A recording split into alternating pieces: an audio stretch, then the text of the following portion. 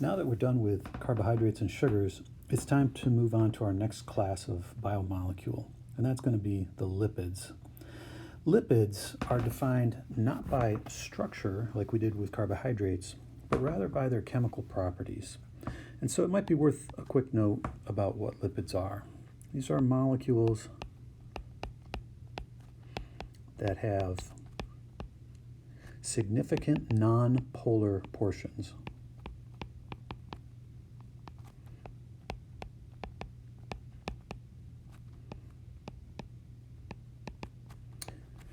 So it's really about molecules that have large areas full of CCs and CH bonds.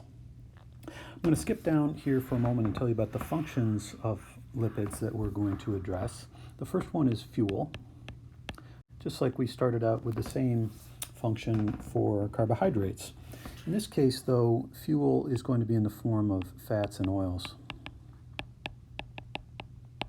And this is of great interest in health and physiology and nutrition.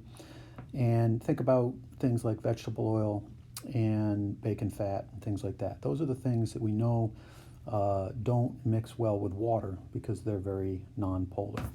The second thing is cell membranes, or even the membranes around organelles like the Golgi apparatus and endoplasmic reticulum, so on and so forth. Third, we've got things like hormones and steroids.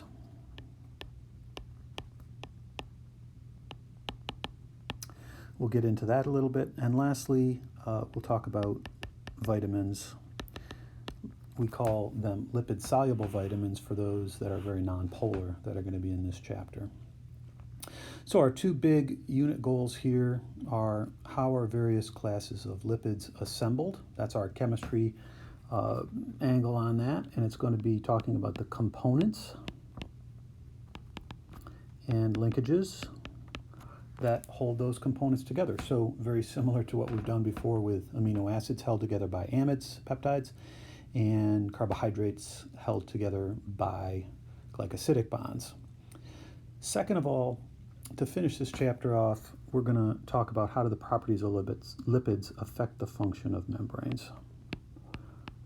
We dabbled with membranes a little bit much earlier in the class, but we're going to go into a little more detail about that. Membranes are so important in pharmacology, cell biology, and lots of other things that you're going to see in other classes. We want to make sure you understand how lipids fit in with the function of membranes.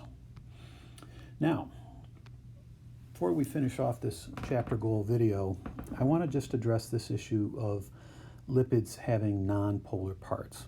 Let's go on to the next page. Here's a nice overview of a lot of the different molecules that we're going to cover in this chapter.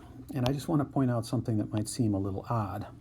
We've divvied these up into the polar lipids and the non-polar lipids. Well, what gives with that? I already said that these are supposed to be non-polar molecules.